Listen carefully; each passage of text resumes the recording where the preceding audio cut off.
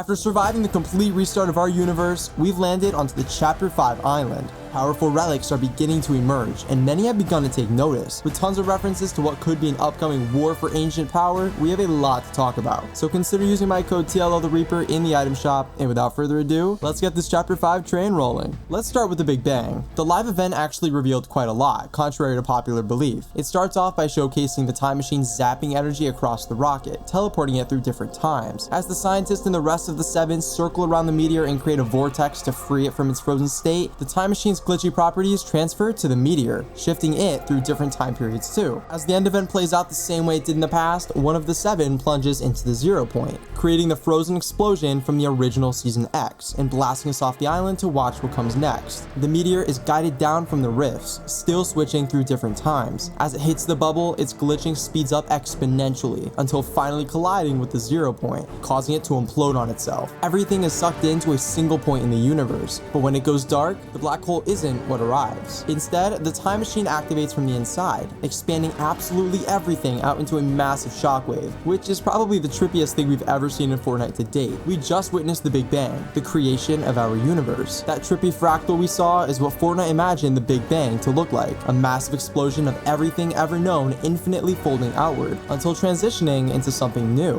Where we end up after the scene is very important, so stay with me here. When we get out of the fractal, we're blasted off into the dark nothingness of space. A bright light shining in the background is sending out loads of different objects, and all of these objects are slowly forming into their own designated galaxies. Sports equipment merges into a galaxy, then music, and then Legos, and so much more. This right here is Reality Zero forming after the Big Bang. The rest of the event takes place with us traveling through these different worlds that were created. Finally, we're blasted out of the final galaxy and sent back into the outer space of Reality Zero, which essentially acts as a new hub that connects every single one of these unique worlds together, since they were all just created inside Reality Zero as galaxies. Our character flies past tons of these new worlds until the final shot zooms out and shows just how many of these there are. And with that, the event ends, and we're floating in front of the galaxy to our new island. Back in Season 4, it was clear that Sloan had a plan with the time machine. When Jones arrived, he ended up going back in time to carry out this plan for her. Sloan's key for the future was actually the meteor, because she needed there to be a forceful object shuffling through every time period ever, smashing into the 0 point, leading us to a much different outcome than the original Season X. She essentially wanted everything to collide with everything. When that happened, the time machine could be activated and the Big Bang could reset the universe. Now that we better understand the Big Bang, let's shift focus to Chapter 5. Two new factions have emerged, the Society and the Underground. The Underground is the team that Jones is a part of, led by his new friend Hope. That's pretty much the entire team, except Peely, but we'll get into that. But moving on to the Society, you can see that it's a much bigger and more prominent group. They have control over essentially the entire surface of the island, with its different crew members each taking control of the new POIs. The members consist of Valeria, Montague, Nisha, Oscar, and yeah, Peter Griffin. But there's a twist. Hope, the leader of the Underground, is actually Valeria's sister. This actually means a lot more than you think, so we'll come back to this soon. The storyline on surface level is very simple. The Society kidnapped Peely as a bargaining token for Jones's cooperation with them, and Jones wants him back. Easy, right? Well, not so much. When we take a much closer look at the battle pass and the secrets of our new island, an entirely new story is revealed. Let's start with the map. The island is very European styled, with locations inspired by architecture from different European cultures. Announcers at different train stations around the map also speak in German, French, Italian, and Greek. On the island, we can see a POI named Ruin Reels that is heavily inspired by Greek architecture. There's even fish-like statues holding Poseidon's trident scattered around. This is only the beginning. When we take a second to look closely at the battle pass, we can find out a lot about each of these characters. So let's do a deep dive into Valeria, the core of this entire storyline. Right off the bat, we can see that she possesses the power of fire. She also has an alternate style for all of her cosmetics, named Stygian. On the island, she has her own location at Reckless Railways, and inside you can find her own private library with tons of imagery of moths and flowers on the carpets and designs throughout the room. A single book sits flipped open on a pedestal next to her desk, with images drawn inside of what looks to be a chest. Now, while all of these may seem like random irrelevant facts, they all piece together into a very important story. First, how did she get her fire powers? Well, her backbling is actually the answer. It's called a ruby relic, and it appears to be a cracked ruby held tight within bird claws. More specifically,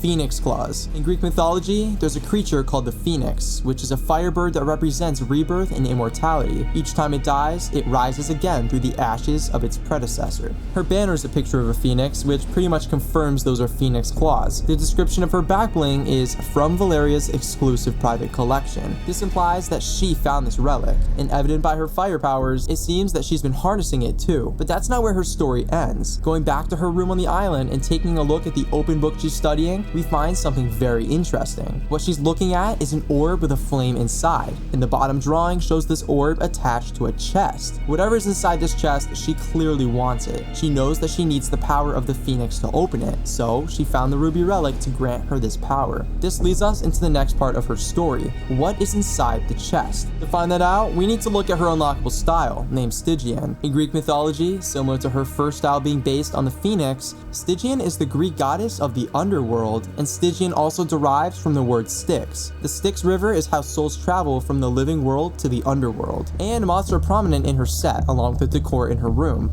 Also in Greek mythology, moths are known to represent the souls of the dead, once again tying back to the Styx River, which is where souls cross over to the afterlife. Seeing as to how moths have this meaning, and her second style is named Stygian, we could very well be looking at a chest that holds the power of the afterlife, and she wants it. One of Valeria's loading screens says this: "Knowledge is power, and I intend to know everything." This is absolutely her motives for wanting to find and open this chest, and if it truly does hold power that parallels Stygian, we could be looking at our next big powerful villain. This not only shows us that she's dangerous, but her set's entire connection to Greek mythology could foreshadow a full-on Greek season. Oh, and real quick, the announcers across the island at train stations speak different languages, like I said earlier in the video. But the interesting thing to note is the only location speaking Greek is at Valeria's location, another slight tease towards her story relevance to Greek mythology. Another battle pass outfit that seems to also be fitting into Greek mythology is our tier 1 outfit, Hope. She's the leader of the underground, and Valeria's sister. Hope's main goal is trying to stop her sister from her evil and corrupted conquest of gaining knowledge and power. So if Valeria is trying to unlock the chest that unleashes the power of Stygian, what does that make her sister Hope? Going back to Greek mythology, we can find that Elpis, the goddess of hope, was actually the one to help save mankind from the evils of Pandora's box when it was opened.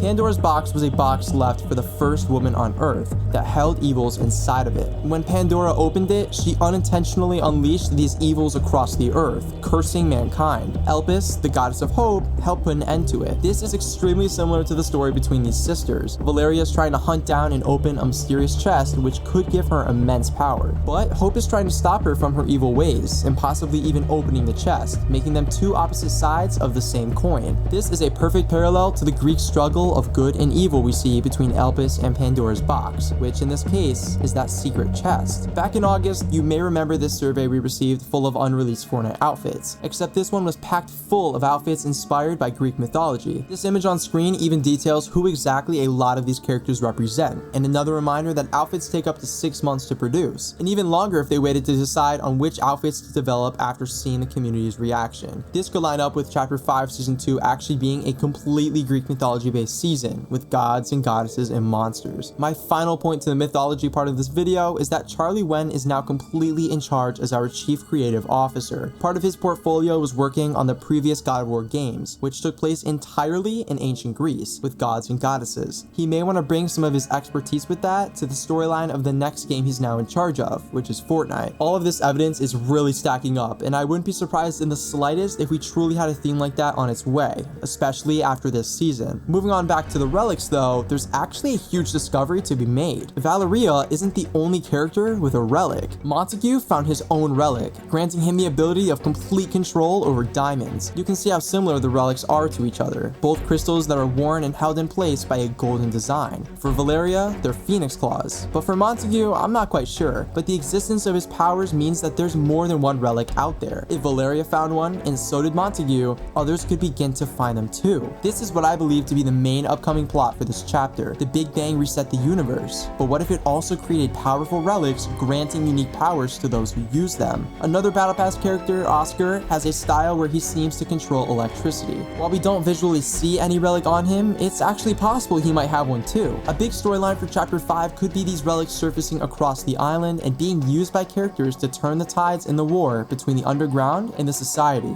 This season could slowly reveal more about Valeria and her quest for opening this mysterious chest, along with exploring the idea of these relics existing in the reformed Reality Zero. Since history has been completely rewritten, we may also get a remix version of the Spy season from Chapter 2, Season 2. This was also the season that Midas was introduced, a character from Greek mythology with the power to turn anything he touches to gold. Season 2 could feature a plethora of new Greek mythology-inspired characters joining the ranks of both factions, all the while harnessing new powerful relics that give them their godlike abilities. We all know that there doesn't seem to be actual gods or goddesses in Fortnite's story, so what better way to handle a mythology season than to bring them into Fortnite style and give them objects that allow them to use their abilities. Zeus could be a character named Dias, which is Zeus in Greek, with a relic that grants him lightning abilities, similar to Oscar. But to get to that point, we need to get through this season's storyline first, which I believe to be expanding upon the storyline of getting Peely back, and possibly even revealing the existence of more relics. I know this video was a pretty complicated one today, but I hope you all enjoyed nonetheless. Overall, there was a ton of Greek hints that were dropped with this chapter's launch, and I don't believe them to be a coincidence. These relics that are found on a couple of our Battle Pass outfits also seem to be very important and could end up becoming a huge part of the story going forward. Thank you all so much for watching. Consider using my code TLO the Reaper in the item shop if you'd like to support me. Until next time, keep it reapin'.